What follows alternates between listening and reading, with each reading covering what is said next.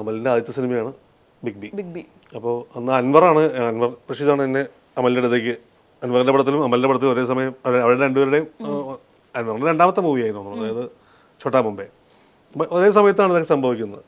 അപ്പോൾ ഞങ്ങൾ നമ്മളൊരു പരിചയം മൂലം അൻവർ തന്നെ എന്നെ അമലിൻ്റെ അടുത്തേക്ക് അയക്കായിരുന്നു. അപ്പോൾ അമലിൻ്റെ അടുത്ത് നിന്ന് പാട്ട് കേട്ടു, ഈ സിറ്റുവേഷൻ എല്ലാം കേട്ടു, ഈ ട്യൂൺ കേട്ടു. ട്യൂൺ കേൾപ്പിക്കുന്നതിന് മുമ്പ് ഇതിൻ്റെ അടുത്ത് ഇതാണ് സംഗതി എന്നുള്ളത് ഒരു വിഷ്വൽസ് അല്ലെങ്കിൽ അതിൻ്റെ ഒരു സിറ്റുവേഷൻ എന്താണെന്നുള്ളത് എനിക്ക് പറഞ്ഞു തന്നിരുന്നു. അപ്പോൾ ആ ട്യൂൺ കേട്ടപ്പോൾ അവിടെ എനിക്ക് അപ്പം തന്നെ മനസ്സിൽ കൊളുത്തിയ വരിയാണ് വിട പറയുകയാണെന്നുള്ളത്. പിന്നെ അത് വെച്ച് നമ്മൾ കുറച്ച് നാളുകളൊക്കെ എടുത്ത് അത് എഴുതി ആറ്റിക്കുറുക്കി എടുത്തൊരു പാട്ടാണത്. പിന്നെ ആ പാട്ടിൻ്റെ പ്രത്യേകത എന്ന് വെച്ചാൽ ശ്രേയാ ഘോഷാൽ ആദ്യമായിട്ട് മലയാളത്തിൽ പാടുന്ന പാട്ടാണ് വിട പറയുകയാണ്.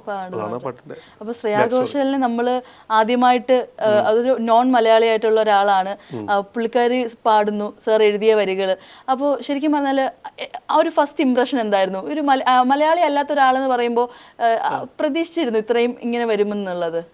സത്യം പറഞ്ഞാൽ ഞാനത് മുൻപൊരു ഇൻ്റർവ്യൂലൊക്കെ പറഞ്ഞിട്ടുണ്ട്. ഇപ്പം ഈ ശ്രേയാ ഘോഷാലിനെ ഞാൻ ഈ എന്താ പറയുക, ഒരു കാലം കഴിഞ്ഞ ശേഷം ഞാൻ ഹിന്ദി പാട്ടുകളുമായിട്ട് ഒക്കെ വളരെ ഡിറ്റാച്ചായിട്ട് നിൽക്കുക. കഴിഞ്ഞാൽ അങ്ങനെ കേൾക്കാറൊന്നും ഇല്ലാത്തൊരു കാലം ഉണ്ടായിരുന്നു. ആ ഒരു സമയത്താണ് ഞാൻ ഈ സിനിമയ്ക്ക് എഴുതുന്നത്.